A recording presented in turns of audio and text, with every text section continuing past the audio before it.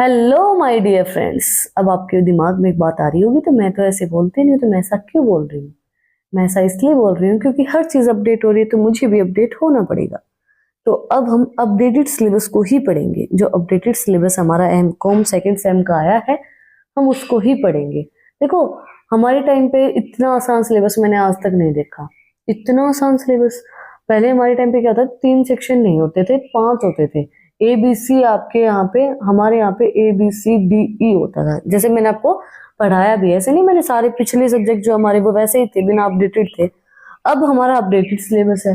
Updated syllabus के अंदर आपको इतनी आसान चीजें मिलेंगी, इतनी आसान चीजें कर दी है। मैंने सिलेबस देखा ना, मेरे को ये लगा यार इतना आसान मेरे टाइम पे तो नहीं था, इन्होंने मेरे टाइम पे सिलेबस को अपडेट क्यों नहीं किया। पर अब कर दिया है, चलो आप लोगों के लिए आसानी है।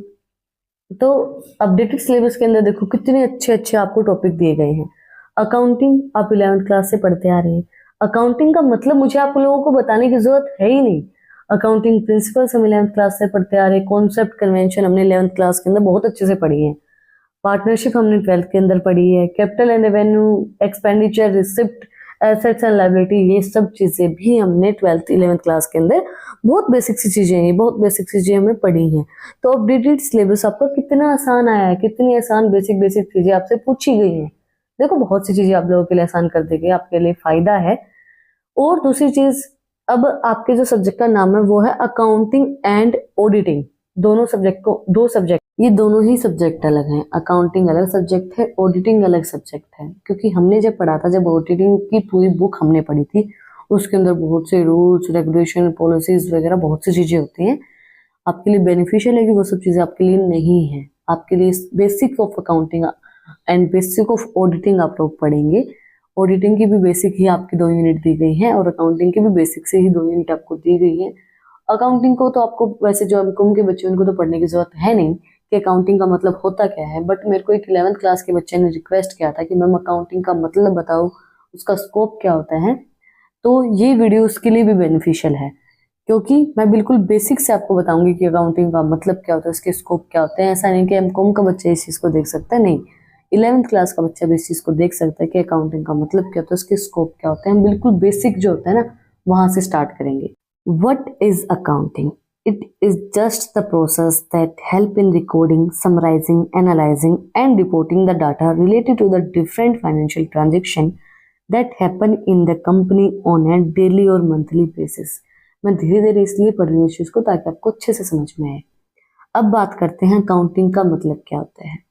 अब सिंपल सी अगर मैं आपको एक बात बताऊं, अब एक ऑर्गेनाइजेशन है, एक कंपनी है, उसके अंदर एक बंदा काम करता है। अब उसकी किसी से लड़ाई झगड़ा हो गया, वो लड़ाई झगड़े के कारण या उसकी किसी से बहसबाजी हो गई, वो नौकरी छोड़ के जा रहा है। अब वो नौकरी करता था हमारे यहाँ पे 20,000 रुपए में, ठीक है, वो छोड़ के चला गया। अब हमने दूसरा बंदा हायर किया, दूसरा बंदा बुलाया। दूसरा जो आदमी है वो आया है हमारे यहाँ पे 22,000 रुपए में, ठीक है। अब वो चाहे कोई भी है, कोई भी बंदा है, हमें उस चीज से फर्क नहीं पड़ता। हम क्या चीज रिकॉर्ड करेंगे, हमें किस चीज से फर्क पड़ेगा? हमें फर्क पड़ेगा वो पहले वाला बंदा 20,000 रुपये लेता था, दूसरे को हमें 22 देने पड़ेंगे, है ना। हम रिकॉर्ड क्या करेंगे? 20 और 22। हम ये रिकॉर्ड नहीं करेंगे भाई उसका लड़ाई झगड़ा राम शाम किसी से हुआ है, या वो क्यों गया है, कोई लफड़ा था, कुछ भी, वो चीज हम रिकॉर्ड नहीं करेंगे। आया है कहीं से आया, हमें कोई मतलब नहीं है। हमें मतलब कहाँ से होगा? 20,000 और 22,000 से। तो अकाउंटिंग के अंदर हम क्या करते हैं? रिकॉर्ड करते हैं वो ट्रांजेक्शन जो फाइनेंस से रिलेटेड होते हैं, जो पैसे से रिलेटेड होते हैं। भाई हमारा पैसा कहाँ गया, कहाँ आया, हमने बिजनेस के अंदर कहाँ इन्वेस्ट किया, कहाँ नहीं किया, कहाँ हमारा पैसा बचा है, कहाँ नहीं बचा है। वो जो ट्रांजेक्शन्स हैं, वो जो पैसा लेन देन होता है, जो सैलरी हमें हर महीने पे करनी पड़ती है एम्प्लॉयज को, वो सब ट्रांजेक्शन, जो खर्चे हमें करने पड़ते हैं, जो एसेट्स हमने परचेज की हैं, वो सब चीजें हम अकाउंटिंग के अंदर रिकॉर्ड करते हैं एक अच्छे तरीके से। ये नहीं है कि राम आया यहाँ लिख दिया, भाई राम आ गया एक कॉर्नर में लिख दिया, श्याम आया उधर लिख दिया एक कॉर्नर में लिख दिया, और कोई गगन मगन कोई भी आया वो हमने इस दूसरे कॉर्नर में लिख दिया। ऐसा हम नहीं करेंगे। हम बिल्कुल एक अच्छे तरीके से, सिंपल तरीके से रिकॉर्ड करेंगे हर एक ट्रांजेक्शन को, जो हमारी फाइनेंस से रिलेटेड है, जो हमारे बिजनेस से रिलेटेड है। तो चलो एक और डेफिनेशन देखते हैं। What is accounting? सेम चीज है, बट अलग तरीके से अगर हम बोलेंगे तो the process is done to provide financial and non financial information that is useful in making business decision.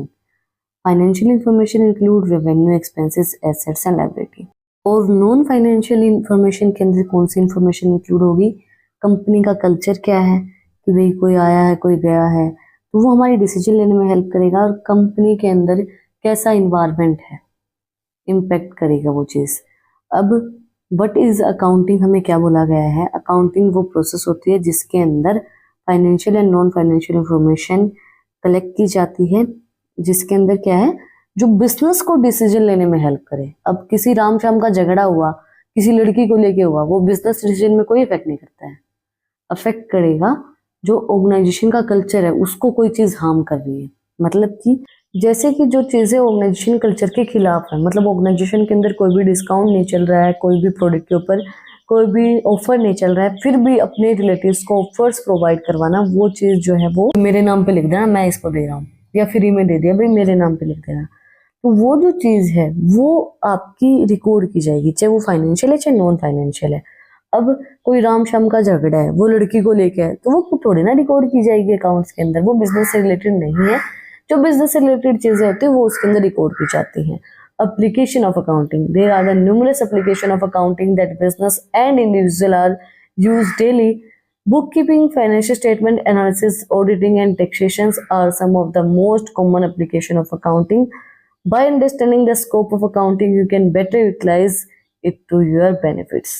देखो बहुत सी चीजें ऐसे आपको दी गई हैं, जैसे कि book keeping, financial statement analysis, accounting की ऑडिटिंग या टैक्सेशन, ये आपकी एप्लीकेशन ऑफ अकाउंटिंग के अंदर इंक्लूड की जाती है। तो फर्स्ट हमारी है business. Business use accounting to trace their financial information. This information can help them make better decision about where to put their resources and how to improve their profits. Financial statement show a company assets, liability and owners equity at a specific point in a time. Manager, investor and other shareholders use these statement to measure the financial health of a company. Business जो है वो बहुत helpful रहता है financial information को collect करने के लिए, सही डिसीजन लेने के लिए, ज़्यादा प्रॉफिट कमाने के लिए। फाइनेंशियल स्टेटमेंट भी आपको हेल्प करती है एसेट्स लायबिलिटी की ट्रू कंडीशन को सोल्व करने के लिए, शो करने के लिए सॉरी, कि भाई अभी एसेट्स की और लायबिलिटी की क्या कंडीशन चल रही है, मैनेज करने के लिए इन्वेस्टर्स को, स्टेटमेंट को, फाइनेंशियल हेल्थ को बताने के लिए कि भाई कंपनी की अभी फाइनेंशियल कंडीशन क्या चल रही है, कंपनी अप में जा रही है, कंपनी डाउन में जा रही है। वो सब चीज़ें हमें हेल्प करता है एक बिजनेस के अंदर अकाउंटिंग, कि भाई अभी कंपनी की कंडीशन क्या है, वो चीज़ बताने के लिए। नेक्स्ट है individuals. Individual use accounting to manage their finance. Financial statement can help people trace their worth and budget estimate and save money for their future. Personal financial statement also show how much debt an individual has and whether they can meet their obligation. देखो individual के लिए भी help करता है accounting manage करने के लिए, बहुत सी चीज़ें फाइनेंस को मैनेज करने के लिए, और कंपनीज को भी हेल्प करता है। अब आपने देखा होगा जो हमारे घर में हमारी मम्मियाँ हैं, उनके पास पैसे का एक एक रुपए का हिसाब होता है, चाहे वो लिखती ना हो। कईयों की मदर जो वो लिखती भी होंगी, बट चाहे वो लिखती ना हो, पर फिर भी उनके पास पूरी फाइनेंस की जो रिपोर्ट है वो रहती है। अगर नहीं रहती है तो वो चीज़ गलत है, फिर वो चीज़ उनको पता ही नहीं चलता कि भाई पैसा कहाँ आया कहाँ गया, आपके पास कोई इन्फॉर्मेशन उस चीज़ के बारे में नहीं होता है। तो अकाउंटिंग दोनों ही जगह पे हेल्प करती है, पर्सनली भी हेल्प करती है जब आपके पास पूरी आपकी रिपोर्ट है, और जो आप बिजनेस के अंदर करते हैं तो वो तो आपके लिए बेनिफिशियल है ही है। देखो ऑडिटिंग को मैं आपको बहुत डिटेल में करवाऊंगी, बट सिंपली मैं ऑडिटिंग का मतलब आपको बताती हूँ। ऑडिटिंग जो है वो ऑडिटर के थ्रू करवाई जाती है, एक ऑडिटर अपॉइंट किया जाता है। किस चीज़ के लिए? आपके बिजनेस की true and fair view condition को दिखाने के लिए कि अभी आपका बिजनेस घाटे में चल रहा है या ऊपर चल रहा है। इसका मतलब क्या होगा कि जैसे ये नहीं होता है कि कई बिजनेस ऐसे होते हैं वो क्या करते हैं, अपने सही कंडीशन को नहीं दिखाते। अगर वो ये दिखाएंगे मैं घाटे में हूँ तो कोई इन्वेस्ट करेगा? कोई नहीं करेगा। तो ऑडिटर जो है वो बिजनेस से अलग एक बंदा अपॉइंट किया जाता है, जो ऑर्गेनाइजेशन कंपनी अपॉइंट करती है उसके बिजनेस की ट्रू एंड फेयर कंडीशन को शो करने के लिए। An auditor is a professional who review financial statement to ensure accuracy and complex with the law and regulation. They also look for any irregularity or fraudulent activity. Business, government or other organization can employ auditor for the same. देखो जैसे मैंने आपको बताया कि government के लिए भी business के लिए भी अलग से एक ऑडिटर अपॉइंट किया जाता है, जो क्या बताता है, एक्यूरेसी बताता है आपके अकाउंट्स के अंदर कोई भी फ्रॉड हुआ है, जिसे आपको फ्रॉड करते, फ्रॉड हुआ है, चीजें गलत शो की गई हैं, वो सब चीजें शो करने के लिए ऑडिटर को अपॉइंट किया जाता है। बाकी हम इसको डिटेल में पढ़ेंगे आगे आने वाले टॉपिक्स के अंदर। Taxation, the process of taxation is to generate revenue from government programs and services. Taxpayers have to fill tax return every year to report their income and calculate the amount of tax they owe, and tax laws can complex, so it is important to understand the scope of accounting when filing your tax। देखो accounting के scope पढ़ना बहुत ज़्यादा जरूरी है, हम आगे भी पढ़ेंगे। टैक्सेशन का मतलब क्या होता है, जो हम गवर्नमेंट को पैसा प्रोवाइड करवाते हैं, जितनी हमने इनकम अर्न की उसके बिहाफ पे। Taxation, tax, income tax law हमने बहुत पूरा एक बड़ा सब्जेक्ट पढ़ा है, वो आप देख सकते हो जाके। टैक्स के बारे में आपको ज़्यादा नहीं बताऊंगी, बट टैक्स पेयर का मतलब क्या होता है, जिसने टैक्स पे किया है वो क्या करता है, वो रिटर्न फिल करता है, जिसको हम आईटीआर भी बोलते हैं। आईटीआर क्यों फिल की जाती है, वो जैसे हमने अभी टैक्स पे किया, अब आईटीआर फिल की जाती है उस टैक्स को रिटर्न मंगवाने के लिए। इनकम टैक्स रिटर्न आईटीआर की फुल फॉर्म होती है, कई बार पूछी जाती है। आईटीआर फिल करते हैं हम इनकम टैक्स को वापस मंगवाने के लिए, उसमें से गवर्नमेंट कुछ परसेंट टैक्स को काट लेती है, बाकी जब उसके पैसे होते हैं वो उसके वापस भेज देती है, क्योंकि वो इसकी इनकम है।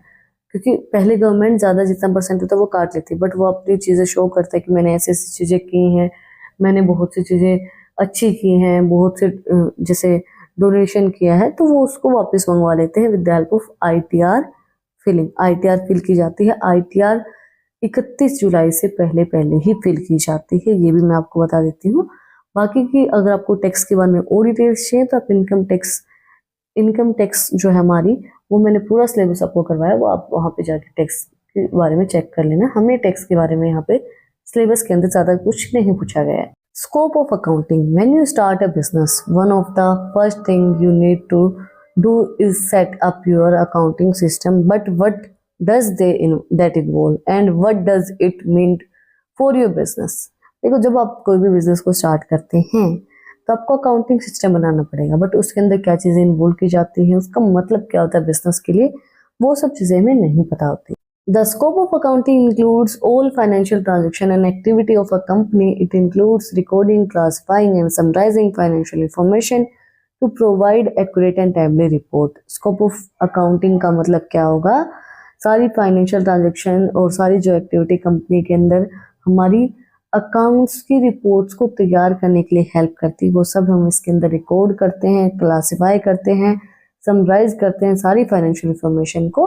Accounting trace the performance of a business and help make critical decision about its future. It can measure profitability, liquidity and solvency. Financial statement prepared by accounting can also assets and credit worthiness of the company, credit worthiness of the company.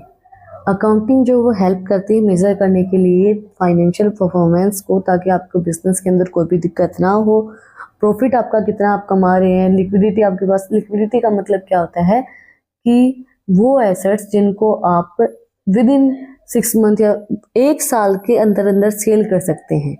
और सोल्वेंसी मतलब आप भाई अभी घाटे में हैं या आपको बिजनेस बंद करना पड़ेगा, वो सब चीज़ें हमें अकाउंटिंग बताती है।